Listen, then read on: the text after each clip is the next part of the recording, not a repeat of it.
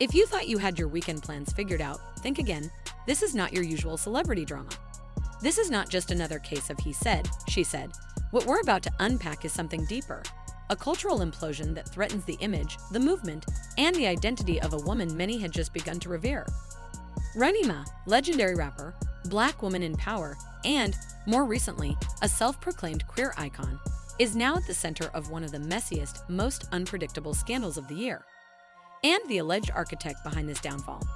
None other than her husband, the once beloved king of loyalty himself, Papoose. Let's rewind. Just a few weeks ago, Remy Ma shocked the internet when a leaked phone call made its rounds on gossip blogs, Reddit forums, and queer Twitter. In that audio, allegedly recorded without her knowledge, Remy confided in a friend. Papoose was never enough. I've been gay my whole life. I just didn't know how to say it. The internet erupted. Some cried. Some cheered. Thousands of fans, especially in the black LGBTQ+ community, rallied around her. She was praised as bold, honest, courageous. The image of her in rainbow stilettos, captioned "I'm finally free," became an instant symbol. Queer influencers stitched it onto videos about liberation and late-in-life coming outs. Headlines read, Remy Ma lives her truth, and suddenly, she was being booked for summits, galas, and LGBTQ+ brand partnerships. For the first time in her career, Remy wasn't just a hip-hop legend. She was a hero to a whole new demographic. But then came the tape. What began as a whisper became a roar when a video titled Remy Backstage M4 was quietly sent to several gossip pages, private group chats, and eventually a backup account of an underground blog known as the Shadoom. At first, viewers didn't know what to believe. The footage was shaky, dimly lit, but painfully real. In it, Remy Ma is seen in a backstage dressing room, seated between two men.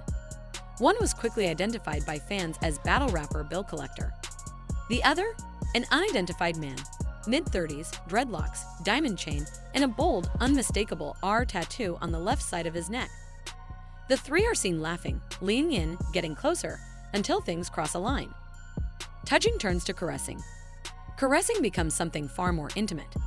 The camera shakes but holds just long enough for the clip to be undeniable. It was her, and it wasn't just flirtation. The footage had to be blurred in every repost to avoid getting flagged.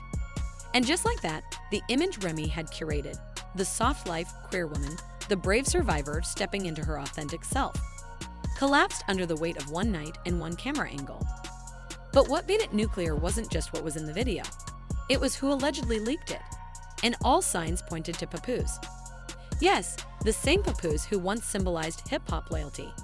The man who wrote bars about waiting for her while she was in prison. The same man who walked beside her on red carpets, held her down in silence, let her shine while he stayed in the shadows. The watermark in the corner of the leaked video was subtle but unmistakable. Papcam, and that changed everything. Because this wasn't just a betrayal caught on tape. This was a narrative unraveling in real time, orchestrated, some say, by a man who was tired of being played behind the scenes. Sources close to the couple say Papoose had been growing suspicious for months.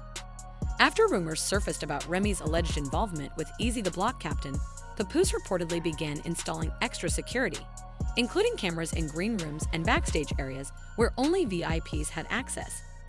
He wasn't looking to destroy her. He was looking for peace of mind. But what he found changed the course of their story forever.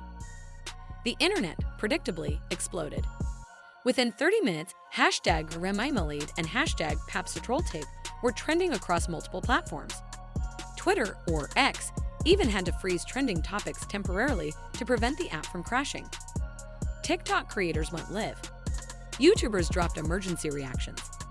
Podcasts uploaded impromptu episodes within hours. Everyone had something to say, except Papoose. He said nothing. No tweets, no stories, no cryptic captions, just silence. But that silence, it was deafening, because the video itself spoke volumes. And then there was the timing. That leak dropped exactly 13 days after Remy's emotional truth post. 6 days after she was spotted at a queer art gala holding hands with rumored girlfriend Dominique Lavo. And just 1 day before she was set to give a keynote speech at the Women in Identity Summit, where she would be paid thousands to represent LGBTQ+ empowerment. Needless to say, the backlash was swift. Her partnership with Fema Audio, a queer-led podcast collective, was suspended. Her speech at the summit quietly canceled. She was removed from a Pride Month showcase lineup, and LGBTQ+ publications that once featured her on their covers now issued formal statements denouncing what they called the weaponization of identity. One viral blog post read, "We support queer journeys, not calculated marketing." Then came the fan response. People began digging, and fast. A 2019 radio interview surfaced where Remy told the host, "I don't like labels. I do what I want. But I'm with a man." That quote, once seen as ambiguous or open-minded, was now being dragged with circus music and clown emojis across TikTok. One viral video stitched that interview with the leaked footage, caption, "She really said, 'I'm gay,' and then rolled into a double feature. Girl, what is the truth?" At this point, the silence from Remy was louder than ever, until she finally broke it. Kind of. She posted a single Instagram story. A black screen with plain white text that said, "The truth is never one-sided." No denial, no apology, no clarification, just vibes and digital smoke. But that move only threw gasoline on the fire. Comment sections flooded.